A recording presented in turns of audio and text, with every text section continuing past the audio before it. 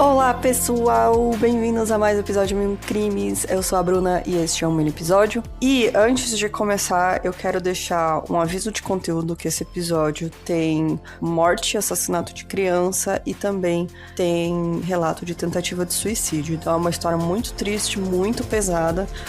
Então se você não consegue ouvir esse tipo de coisa, pode pular esse episódio. Então, bora para o caso de hoje.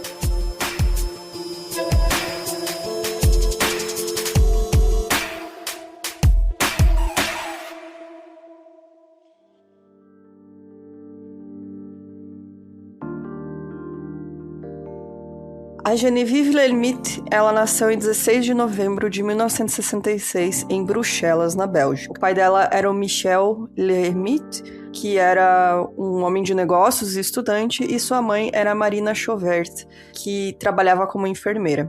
Além da Geneviève, o casal também tinha outras duas filhas mais novas que ela, que eram a Catherine e a Mireille. A Geneviève, então, ela sempre teve problemas de autoestima, ansiedade, mas apesar de tudo, em 91 ela conseguiu se formar em francês e história, e enquanto ela estava estudando, ela conheceu um jovem chamado Bouchab Mokadem, que era estudante de matemática e física no mesmo instituto que ela estudava. Então, os dois começaram um relacionamento ali enquanto eles ainda estavam estudando e se casaram em 22 de setembro de 1990. Eles se mudaram para um apartamento que o Bouchab morava, que na verdade era de um homem que era 15 anos mais velho que ele considerava como um pai ou um padrinho. Ele, assim, tratava o cara como um pai adotivo, ou basicamente um padrinho, né?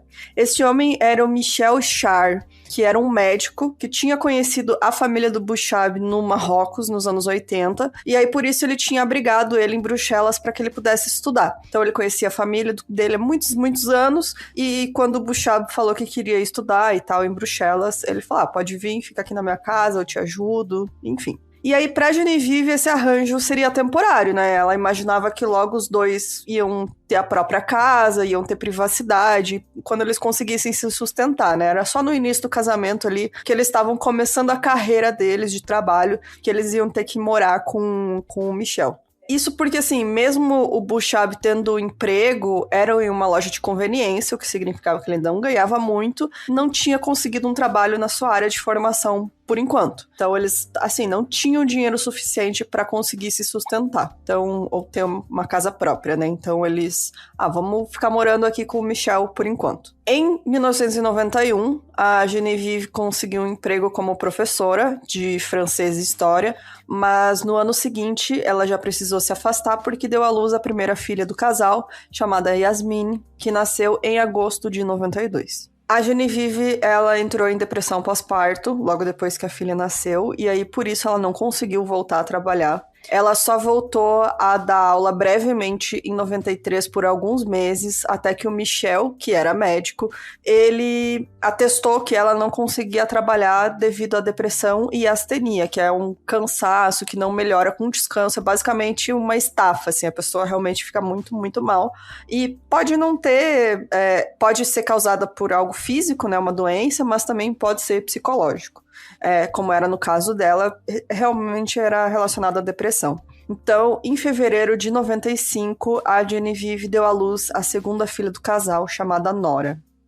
Então, nessa época, né, que nasceu a segunda filha, o Michel já tinha comprado uma casa maior para que todo mundo fosse morar junto, e o antigo apartamento foi transformado num consultório para ele. E aí, em 96, o Michel contratou o Bouchab para ser seu assistente por meio período e mais tarde por tempo integral. Então, eles basicamente dependiam 100% do Michel, agora não só pela casa, mas o salário do Bouchab era por causa do Michel, né? Então, ele que sustentava todo mundo ali. E a Geneviève sofrendo com depressão e cada vez pior, porque, né, ela estava presa naquela situação que ela achava muito desconfortável. Durante esse período, ele também, o Michel, né, ele cobria ainda a maior parte das despesas, né, além da casa ser dele, incluindo férias, reparo na casa, seguro de vida para todo mundo, então ele que pagava tudo. O Buchab e a Genevieve ainda tiveram mais 2 filhas, a Miriam, que nasceu em abril de 97, e a Mina, que nasceu em maio de 99. O Michel comprou outra casa, aí dessa vez no interior, né, na cidade de Nivelles. Ele pagava a hipoteca da casa e morava no andar de cima, enquanto a Genevieve, o Buchab e as crianças moravam no andar de baixo. E aí o último filho do casal e o único menino, chamado Maddie, nasceu em agosto de 2003.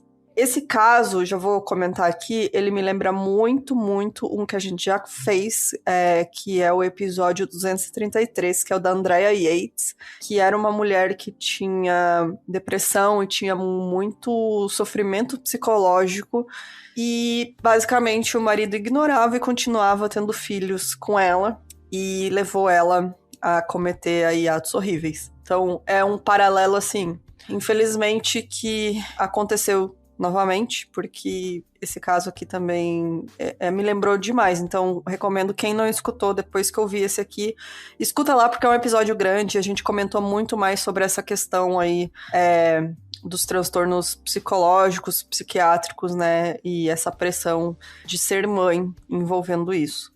Então, a Genevieve estava muito infeliz e ela estava em crise. O diagnóstico de ansiedade e depressão já era conhecido desde 96.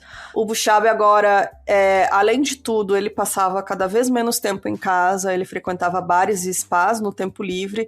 Além disso, ele fazia longas viagens para o Marrocos para visitar a família dele em Marrakech. E assim, viagens que duravam de uma semana a um mês. E deixava a Genevieve com as crianças na casa, com o Michel, com quem ela não se sentia confortável. Eu não consegui encontrar se teve alguma coisa, né, de, tipo, em relação a abuso vindo do Michel. Eu acredito que não, eu acredito que porque senão ela teria falado, eu imagino. Porque tudo que ela falou é que era esse desconforto gigantesco que ela tinha pela dependência da família do Michel. Por eles dependerem do Michel pra tudo. Então ela se sentia muito impotente e ela se sentia presa. Ela se sentia presa na própria casa, sem ter pra onde fugir, nem a quem recorrer. Ela cada vez mais deprimida, porque em depressão ela não conseguia trabalhar, ficava mais deprimida. Além de ter que cuidar dos 5 filhos sozinha, ela sentia que aquela nunca ia ser a casa dela, devido à presença do Michel. O Michel percebeu o declínio mental dela e recomendou ela para um psiquiatra, isso em 2004, e esse psiquiatra se chamava Diederik Veldekens. Esse psiquiatra prescreveu medicações para ansiedade e para que a Genevieve conseguisse dormir, e sugeriu que ela ficasse em monitoramento psiquiátrico. Ela passou 1 ano tomando medicação, mas não teve muita melhora, até que em fevereiro de 2005 ela passou a ter consultas mensais com ele. Ele mudou a medicação dela e ele afirmou que ela sempre estava muito tensa e sofrendo de exaustão nervosa, apresentando todas as características de ruminação mental, que é quando você fica tendo pensamentos intrusivos e ruminando aqueles pensamentos ruins, né? E ele também falou que ela demonstrava sintomas de isolamento social e exaustão anormal durante as tarefas domésticas. Essas consultas passaram a ser a cada 3 semanas em setembro de 2006. Em fevereiro de 2007, em uma consulta, a Genevieve deixou uma carta para o psiquiatra onde ela desabafava que ela não se sentia bem, ela não conseguia levantar da cama ou tomar café da manhã, ela estava cansada, com medo dela mesma e do futuro, e na carta ela menciona que foi até uma loja para ver se eles tinham facas afiadas para vender. Ela estava pedindo ajuda porque ela se sentia pressionada por uma montanha de pensamentos ruins. Eu consegui ler essas cartas que ela mandou para o psiquiatra em documentos legais envolvendo o processo dela. Para quem quiser, eu vou deixar lá no nosso Discord também esse documento. É, assim, muito triste, mas você vê que é um caso que poderia ser 100% evitado se tivessem feito o que era para ser feito, que é dar atenção pro problema dessa mulher, né? Que ela estava pedindo socorro pra todo mundo e todo mundo ignorava ela. Então, é muito... Por isso que eu comentei que esse caso realmente muito, muito triste mesmo. Quando eu comecei a escrever dele, eu não sabia que tinha todas essas questões, né? Mas realmente, assim, é um caso muito... É mais pesado justamente porque você percebe que ela estava desesperada e ela tentou pedir ajuda e foi ignorada mais de uma vez. Como eu comentei, então, essa carta foi ignorada. A Genevieve chegou a mencionar facas em outras 2 consultas e o psiquiatra interpretou como uma fobia impulsiva. Em 27 de fevereiro de 2007, ela foi até o consultório do psiquiatra e deixou mais uma carta onde ela expressava explicitamente que estava tendo pensamentos suicidas que iam levar não só ela, mas também as crianças junto. Ela é explícita nessa carta, ela fala, eu estou com pensamentos que eu vou morrer e eu vou levar as crianças comigo, eu vou me matar e levar as crianças comigo, eu preciso de ajuda, eu não sei mais o que fazer, eu não vejo saída. E esse era o último pedido de socorro da Genevieve, que mais uma vez foi ignorado. Então, no dia 28 de fevereiro, ela escreveu uma última carta junto com um saco com joias. Essa carta ela deixou na caixa de correio da sua melhor amiga Valerie. Nessa carta ela pedia perdão, que as joias fossem entregues para as irmãs dela, e ela falava que o marido, que nessa época estava no Marrocos, em viagem, visitando a família, que basicamente o marido era cego e surdo para o sofrimento dela e que ela não aguentava mais conviver com o Michel em casa, sem privacidade e sem liberdade. A Genevieve, neste dia, matou os próprios filhos um a um. Eu não vou descrever aqui porque assim, foi muito horrível, mas inicialmente ela tentou estrangular as crianças, mas não conseguiu. Então ela usou essas facas, né, essas 2 facas que ela tinha comprado para cortar as gargantas deles. Ela ia chamando para um cômodo e matava a criança. Depois que assassinou os 5 filhos, tentou suicídio, mas percebeu que o ferimento que tinha causado em si mesma não seria fatal.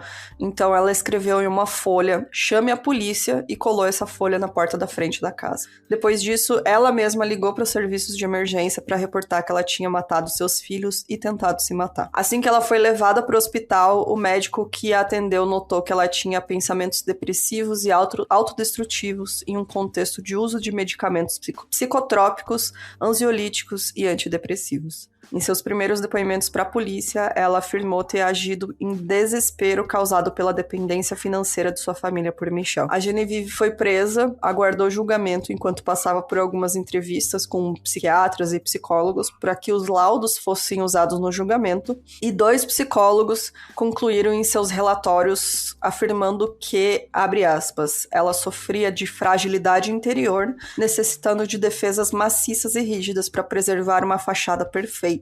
Ela havia desenvolvido uma onipotência materna e uma falta de distância psicológica entre os filhos e ela mesma. Assim, ao matar os filhos, objetos de amor nos quais ela havia investido excessivamente, ela estava se matando tanto como pessoa quanto como mãe.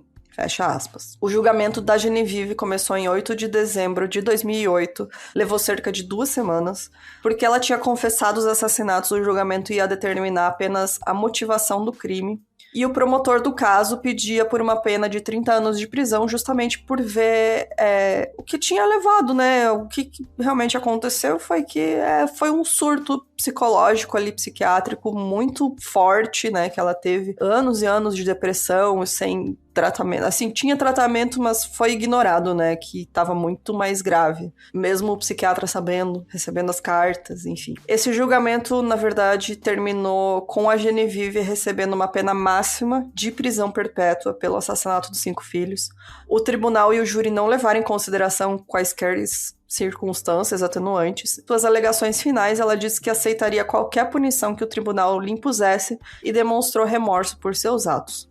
Pouco antes do julgamento, a Genevieve entrou com o pedido de divórcio, que a princípio o Bouchab negou, mas depois ele acabou aceitando. Depois da condenação dela, ela tentou entrar com um processo de 3 milhões de euros contra o psiquiatra, o Diederik Veldekens, pela falta de ação dele em frente ao seu sofrimento psicológico grave.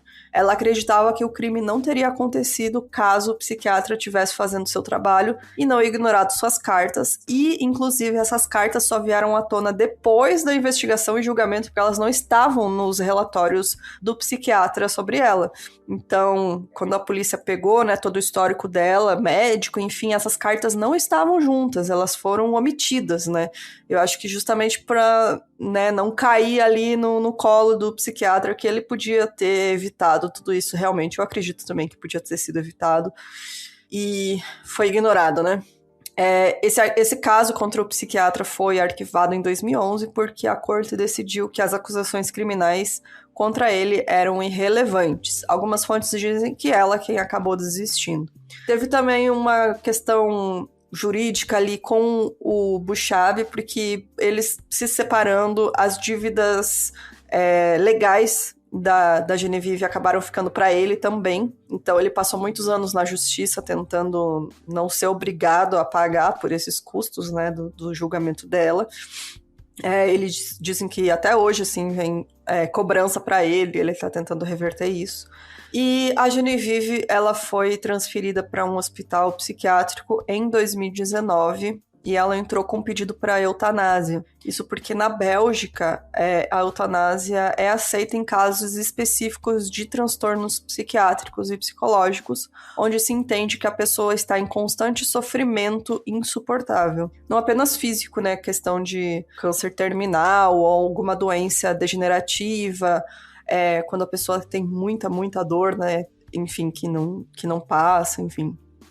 São casos, assim, bem específicos. Na Bélgica, então, é aceito esse em relação a transtornos psiquiátricos, enfim, ao sofrimento mental, não apenas o sofrimento físico. Ela escolheu morrer no dia 28 de fevereiro de 2023, a data de 16 anos do assassinato dos filhos, e ela tinha 56 anos quando ela faleceu. Então, eu até vi entrevistas de psicólogos comentando que era um modo... Ela pode ter escolhido a data como um modo de tributo aos filhos, né? Em respeito aos filhos, ou também com fechamento de ciclo, né? Porque era a intenção dela ter morrido junto com os filhos. Então, um filme chegou a ser feito sobre esse caso, um filme belga e francês que chama Our Children, inclusive ganhou muitos prêmios, enfim. Esse filme, a atriz ganhou o prêmio de melhor atriz no Festival de Cannes, então fica aí a indicação, que dizem que é muito bom, porque realmente mostra todo esse sofrimento psicológico dela e todo esse sentimento que ela tinha de se sentir presa dentro da própria casa, né, numa situação que ela não sabia como sair. Então, fica aí a indicação e também o nosso episódio 233 da Andrea Yates, que eu achei muito parecido com esse aqui. Realmente a inanição de pessoas em volta dessas mulheres que estão em sofrimento, elas, né, praticamente gritando por ajuda e sendo ignoradas e acabando em uma tragédia. Mas é isso, gente. Semana que vem estamos de volta. Deixe aí seu comentário, mande seu e-mail para o milcrimes@gmail.com e apoie a gente no milcrimes.com.br. Beijinhos, até mais.